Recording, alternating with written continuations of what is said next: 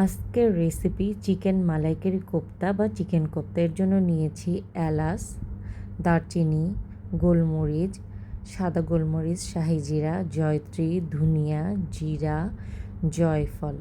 এগুলো সব আমি একটু ভেজে তারপরে ব্লেন্ডারে গুঁড়া করে নেব। ব্যাস আমার গুঁড়া হয়ে গেছে। এখন আসেন একটা ক্রিম বানাই। এর জন্য কাজু বাদাম পানি দিয়ে কিছুক্ষণ ভিজিয়ে রেখেছি, পেঁয়াজ বেরেস্তা দিলাম। এখন দিব 2 চামচ পাউডার গুঁড়া মিল্ক। সামান্য পানি দিয়ে এটা ব্লেন্ডারে ব্লেন্ড করে নিব।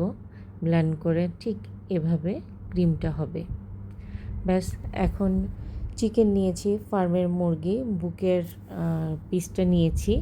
তার ভিতরে এখন একটা দেশি রসুন, 2-3 টুকরা আদা, 5-7টা কাঁচামরিচ, লেবু রস আর পরিমাণ মতো লবণ দিয়ে এখন এটা ব্লেন্ডারের জারে ঢেলে ব্লেন্ডার করে নেব।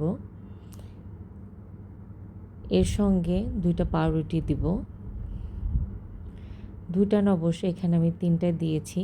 আর এটা হচ্ছে বেসন। বেসনটা আমি একটু টেলে নিয়েছি, কাঁচা দিইনি। এখন সেই স্পেশাল মশলাটা দিব 1/2 চা চামচ। এখন এটা ব্লেন্ডার করে নিব। ব্যাস ব্লেন্ডার হয়ে গিয়েছে। এখন বাটিতে সব নামিয়ে নিব। এখন ভাজার পালা। প্যানে পরিমাণ মতো তেল দিব। তেল দিয়ে এখন বড়ার মতো করে সবগুলা এক এক করে ভেজে নিব।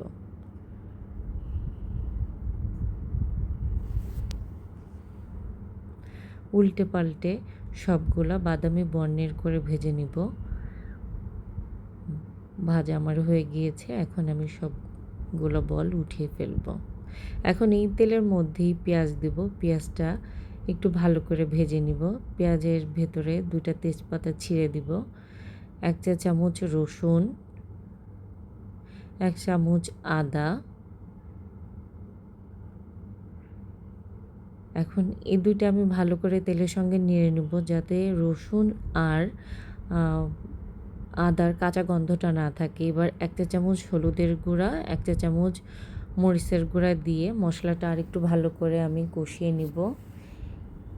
এখন এড করব স্বাদ মতো লবণ আর সেই ক্রিম, যে ক্রিমটা আমি বানিয়েছিলাম। এখন এটা ভালো করে আমি মশলাটা কষিয়ে নিব। আসলে মশলা কষানোর উপরেই হচ্ছে রান্নার স্বাদ। মশলা যত কষানো যাবে স্বাদটা তত বাড়বে। আর এখন 2 চা চামচ দিব সেই স্পেশাল মশলাটা। আসলে এই মশলাটাই হচ্ছে এই তরকারির জান। এখন একটু একটু করে পানি দিয়ে আমি মশলাটা ভালো করে কষিয়ে নিব। আগেই বললাম, যত মশলা কষানো যাবে তরকারির স্বাদ তত গুণে বাড়বে।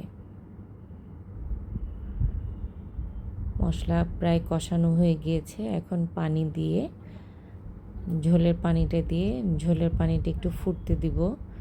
ঝোলের পানি ফুটে গিয়েছে। এখন সবগুলা চিকেন কোপ্তা আমি ঝোলের মধ্যে দিয়ে দিব। অপেক্ষা। আবার কিছুক্ষণের জন্য আমি ঢেকে দিব। কিছুক্ষণ পর ঢাকনা উঠিয়ে ভালো করে নেড়ে চেড়ে দিব এবং কয়েকটা কাঁচা মরিচ উপর দিয়ে ছেড়ে দিব।